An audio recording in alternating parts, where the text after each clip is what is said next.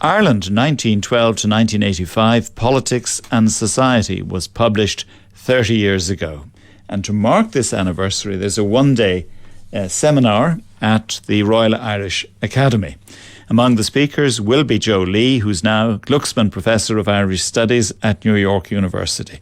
The event will examine the impact of that seminal work on the writing of Irish history since its publication. And my parents were from Galway. My father was a guard and was stationed in Castle Gregory. And we've been listening to some of Joe Lee's broadcasts in the RTE Sound Archive. But I eventually went to secondary school in Gormiston, and I got a scholarship there. And then it was scholarships along the way, because otherwise, on a guard salary, you did not go to the highest levels in education at that time, unless there were family sacrifices that could be made elsewhere. You're an only child, yeah? I am, yeah. I'm an only child. And that, I think, has influenced me because, it's very hard to understand nowadays in many ways, because relations between parents and children over the generations have changed dramatically. And, looking back, I know I had unconditional love and I just took it for granted.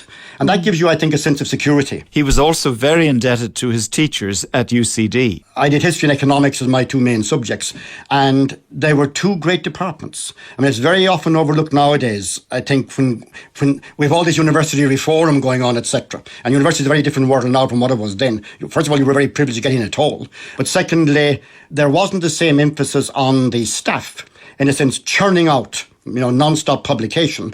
But I was listening to John Bowman replay on a Sunday morning a few weeks ago, and James Deaney, the doctor who was key for the TB programme here, he went to Queen's. He was from Armagh, I think, and he said, I had very learned people teaching me, very learned people. And that's what both the history department and the economics department in UCD at that time were. And in this Miriam Meets programme, he also talked about his increasing interest in Eamon de Valera. I must say, I find him even more fascinating the older I get. Every time you begin an exploration of that mind, it's like going into a jungle in one sense. I don't mean the mind was a jungle, it wasn't, but it's like, which path do I take now? And what vista do I find at the end of it? Because it is so multi-layered a mind that it's very difficult to do justice to him. It's very easy to do injustice to him, because you can pluck any particular episode and say, that was wrong, he was either unfair, or he was duplicitous, or he just got it wrong. When you look at the totality of the life and of the range of decision making, for the student of decision making, I would have business students, for instance, I would have MBAs or whatever, try and engage with the mind of de Valera. And frankly, if they weren't cross-eyed by the time they came out, they didn't understand him. And one of Eamon de Valera's most misunderstood speeches, according to Joe Lee, is his 1943 broadcast to America, the Ireland that we dreamed of. The ideal Ireland that we would have, the Ireland that we dreamed of, would be the home of a people who valued material wealth only as a basis for right living, of a people who, satisfied with frugal comfort, devoted their leisure to the things of the spirit. It's 1943, it's an election year, it's coming up, he has nothing to give in the middle of the war. So what do you do if you have nothing to give? Well, you give a sermon. And that's what that speech is. A land whose countryside would be bright with cosy homesteads, whose fields and villages would be joyous with the sounds of industry, with the romping of sturdy children, the contests of athletic youths, and the laughter of happy maidens, whose firesides would be forms for the wisdom of serene old age. The home, in short, of a people living the life that God desires that men should live. He's talking about fields joyous with the sounds of industry. Okay, well, that means basically full employment, even if no idea how to do it, and on a rural base, which he equally had no idea how to do it. The contest of athletic youths. Okay, well, the young people should be busy enjoying themselves at sport. Yeah. Now, the laughter of comely maidens, that of course sticks in people's gullets now, or at least in comely maidens' gullets nowadays. Elsewhere in the archives, in another broadcast, Joe Lee had the opportunity to go into more detail on this speech. This from John Quinn's Open Mind series. Forget about the precise phraseology here. De Valera was a Victorian. He was one of the last of the great Victorians, born in 1882 after all. His vocabulary is Victorian. So if you translate his vocabulary into today's thinking, a land whose countryside will be bright with cosy homesteads. Yes, he wants a well-populated countryside, but he wants good homes in that countryside, whose fields and villages will be joyous with the sounds of industry. That's not an anti-industrial tirade, even though Dev made clear his preference for, if possible, sort of a pre-industrial society, but he knew it wasn't possible. Join the sounds of industry, decentralised industry, which in fact may become increasingly possible in an age of information technology. He may have been a century ahead of his time as well as a century behind it in some ways. With the romping of sturdy children, a healthy childhood, not high infant mortality, not tuberculosis, not the scourge of infant diseases of various sorts. The contest of athletic youths and the laughter of comely maidens. Sport as an integral part of a good community and a good society. Now, the comely maidens can be doing the contest nowadays as well, and not just laughing at things. It's a slightly passive role for comely maidens. Though I've never understood what's wrong with comely maidens, to tell you the truth. But anyway, the first time I ever heard the speech or heard of it in my innocence, I come from West Kerry, I thought it was homely maidens.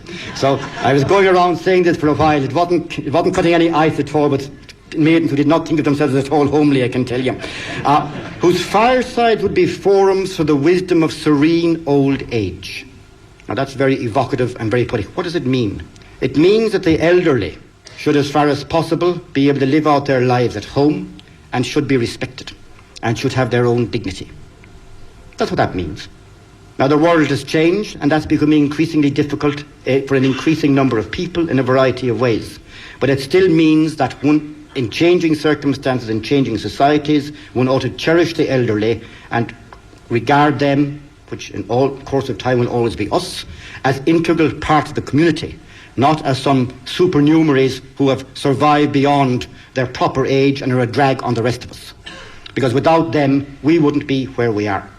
So what he's talking about there, starting off from the sturdy children up to old age, is an integrated society in which the generations have a relationship to one another, a constructive relationship in which they can see where they've come from and can see where they're going, and out of a sense of service to the past and to the future, they deliver in the present what they're able to deliver, building on their inheritance and contributing to successor generations. That's when you decode the archaisms of Victorian vocabulary. That's what De Valera is saying. And that is still, I'm not talking about De Valera one way or the other, I'm not a party person at all. That still seems to me to be an ideal worth striving for. And in fact, if one is not prepared to strive for it, I would ask myself, what is the Celtic Tiger or any degree of economic achievement for? Jolie also insisted in this lecture that there was a significant gap between the realities of Ireland in 1943 and De Valera's rhetoric. Because there was much of that, but there was also much suffering and much misery of various types, some of it wantonly inflicted, some of it just part of the consequence of poverty. Because poverty brings its own misery for most people. There were maybe 25,000, 30,000 immigrants in 1943. They didn't go willingly, they went to wartime Britain. They went because they had to go. And there is no point in having the most marvellous rhetoric if one cannot actually deliver the possibility of living in a society which strives to achieve that ideal. That's why jobs are crucial. And that's why the Celtic Tiger has an essential role to play in fostering and creating the jobs at home that enable us to give our young people choice for the first time in our history. The date of this original broadcast, by the way, is important. It's 1999. And that's why, despite all its potential downside, and the downside is largely our creation. The downside is what we fail to do with the wealth we're generating. We have the choice of what to do. There's no point blaming the Celtic Tiger for what we fail to do. What's done with the Celtic Tiger is our choice. So that's why I rejoice in the economic success of Ireland in recent years. Too much of it is still dependent on those whom we've hired to deliver that success to us. I'm not denigrating that. It was the right way to go. It was probably the only way to go. But there probably has been no more, in a sense, dependent development in that sense than our own. We still have a lot to do to try to ensure that we build indigenously on that, to ensure that if things turn differently or whatever, that we're able to generate internally the type of economic growth and momentum which we owe, not entirely by any means, but to a disproportionate degree to, in a sense, those we have hired to do it for us, which is what multinationals are. I'm not knocking multinationals. Multinationals have a potentially constructive role to play in all societies, in all economies. But it's up to the country to decide how it is going to, in a sense, how it's going to manage the multinationals in terms of their contribution to the society, rather than become the prisoner of the multinationals. And that requires a lot of thinking, a lot of thought to get the balance right all the time. Balance, by the way, was a great word of De Valera's. And in my younger and more impetuous youth, I used to say, to hell with balance, let's get results. The older I get, the more I become a balanced man myself in terms of trying to get it right between the economic, the social, the political, the cultural, and so on. Joe Lee, whose Ireland 1912 to 1985 was published 30 years ago. This morning's programme was based on original programmes by Andy O'Mahony, John Kinsella, Celia Donoghue, Mike Murphy, John Quinn, Miriam O'Callaghan and myself. More voices in the archives at the same time on Sunday morning next. Thank you for listening this morning and good morning.